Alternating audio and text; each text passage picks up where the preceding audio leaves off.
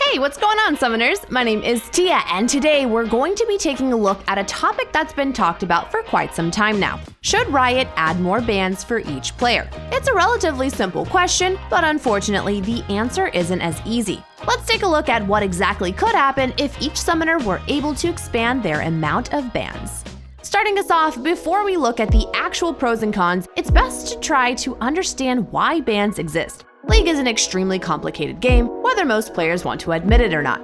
On a base level, pre-game is simply picking a champion you like with runes that'd be fun. Then you just try to go into a game and destroy the Nexus before the enemy destroys yours. Well, in reality, a lot more than that goes into our favorite game. While we won't be covering most of it here, let's look at the power of pre-game decision-making and why it is so important. Both in solo queue and in competitive play like the LCS, making the right pick and ban choices can often win you the game before it's even begun. Before we break down how valuable draft and bans are in League of Legends, don't forget to check us out on ProGuides.com, where you can view our great catalog of coaches, courses, and overall a walkthrough to your dream rank. While you're there, you can use the discount code RANKUP2021 to get 20% off your next subscription. If you've always been curious about how far ProGuides can take you, now's your chance. Nonetheless, let's get back into the video. Believe it or not, one of the most vital points in League of Legends competitive play isn't even the actual gameplay. It's the value of drafting certain team compositions that not only benefit your team's playstyle, but also, while there are in fact a ton of champs in League of Legends, there aren't many that can make it to the big stage. Whether it's because of weakness in power or simply not providing much in a team setting, there is actually a really small champ pool in pro play. All of these players are the cream of the crop, the best of the best. There will hardly be differences in both mechanical skill and decision-making, and thus advantages need to be gained elsewhere. With this in mind, having more bans could be catastrophic to the pro scene. This gives teams the ability to ban out entire champ pools and team compositions. If your team is well known for diving, they can ban out Elise and Kled while still leaving room to deal with others like Kai'Sa. With these 3 bans, it's already fairly difficult to choose a high dive comp, but it is still possible. However, if you add the extra 7 bans the enemy would have, it makes drafting extremely difficult and lengthy. Team comps just simply wouldn't exist anymore because if the enemy saw you attempting to draft a certain comp, they would just ban you out and vice versa. Not only would this be incredibly boring to watch, but it could also make it far more difficult to even get a proper match. While drafting in solo queue may not be as powerful as it is in an organized setting like LCS, it's still where a lot of good and bad decisions happen. We all have one champion we hate playing against, and that tends to take up a ban for a lot of players. Whether it's Teemo, Vladimir, Diana, or even Annie, your ban is vital to not only helping you perform better, but to also keep powerful champions away from your game. Whether you ban due to win rate or due to spite, increasing the bans in solo queue would allow players to do both. This will both narrow champ pool sizes as well as increase the chance of one of your allies getting banned out. Just imagine your ADC only plays Ashe, Vayne, and Samira. Well, it's likely in the current meta that Vayne and Samira would get banned, and alongside that, someone who mains Caitlyn may ban Ashe if they had a free ban. Do you see where we're getting at? We'll dive into it more later, but draft and solo queue may not be as much about building a team comp, but more about being able to have you and your allies on champions they feel comfortable, which makes the difference on if you'll be seeing red on your LP games. Before we continue on by furthering breaking down the pros and cons of extra bans, let's quickly go over our question of the day.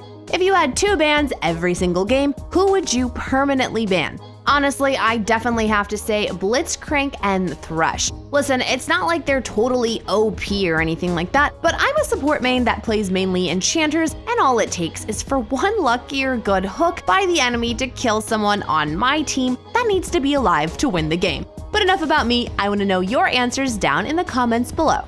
Let's get right back into the video. Starting us off, it's best if we take a look at the benefits of adding some extra bans and what it could really bring to the game. While there aren't many benefits, it still offers a ton of value both to players and actual gameplay. One of the biggest pros that would come with having an extra ban is that you could have far more agency and control over your matchups. In simple terms, this is literally your get out of jail free card. If you're a Darius main, you can ban out Quinn and Ornn. Oh, you're a Samira main? Then now you can ban Leona and Senna. Having the ability to ban out champs that destroys yours is extremely powerful. Plus, sometimes your counters are meta and your allies will ban it for you.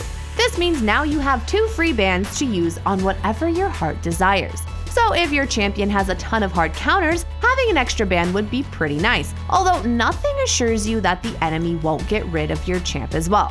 Especially if you're someone who mains champions that are infamously hated within the community, like Samira, Zed, Vladimir, etc. Alongside a free ban for counter picks, it would also increase the amount of skill needed with drafting at an exponential level. While this skill increase wouldn't be felt that much in solo queue, in competitive play, it could become a game of 4D chess, trying to outwit the opponent and their draft with your bans before they can tear yours apart. That being said, it would still be useful in solo queue if you know champion matchups. If you see someone ban Victor and Caitlyn, it's likely they're a Vayne player. Another great example was one about Darius we had mentioned earlier. If you see that a player used their bans to get rid of Quinn and Ornn, then it's likely they're going someone like Darius, which means you can plan accordingly.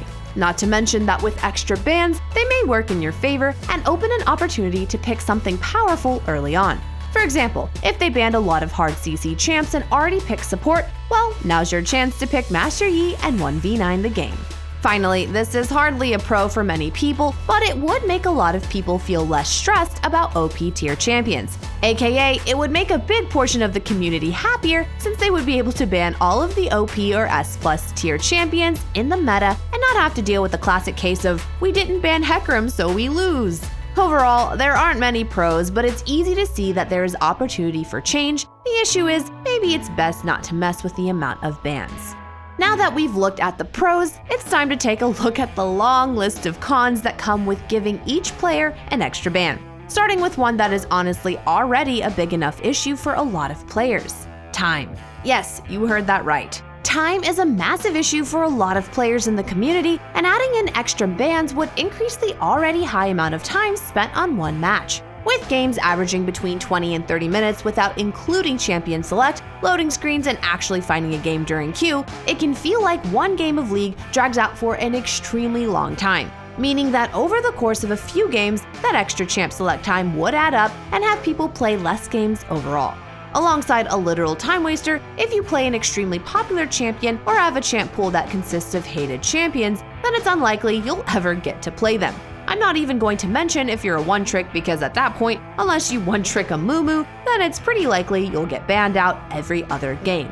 This not only means that you'd be forced to play a champion you're uncomfortable with, but you'd also be forced to dodge on numerous occasions, and with the new dodge changes, it's just something you can no longer afford. Finally, adding on to our previous point, having 20 bans in a game means that the entire classes of champions can be wiped out. This means tanks, assassins, control mages, even marksmen can all just be banned out, whether on purpose or by coincidence. Not only does this make the game somewhat stale, but it makes people that main champions in those classes feel like they can't play any of their champs. It's more than just extra bans. It's the ability to remove a certain class from the game entirely. Just imagine being able to have all of the strongest assassins banned, and now your mid is forced to autofill on a mage that they've never played. This would lead to not only them dodging more, but you as well. Overall, there are a ton of cons with adding extra bans, and while it may seem like a simple solution to many, it's actually extremely dangerous to push the game to that level. While Riot said they're not going to go through with it, I wouldn't be surprised if this concept reappeared in the future, either as part of the main game or simply a game mode. By the way, we're doing a giveaway right meow on our Discord, so if you want to join an amazing community of people like you that love lists and talk pieces like this, check out our Discord using the link found in the description. Once you get there, all you have to do is subscribe to our channel and read the rules so you can have a chance at getting some free skins. So what are you waiting for? Join!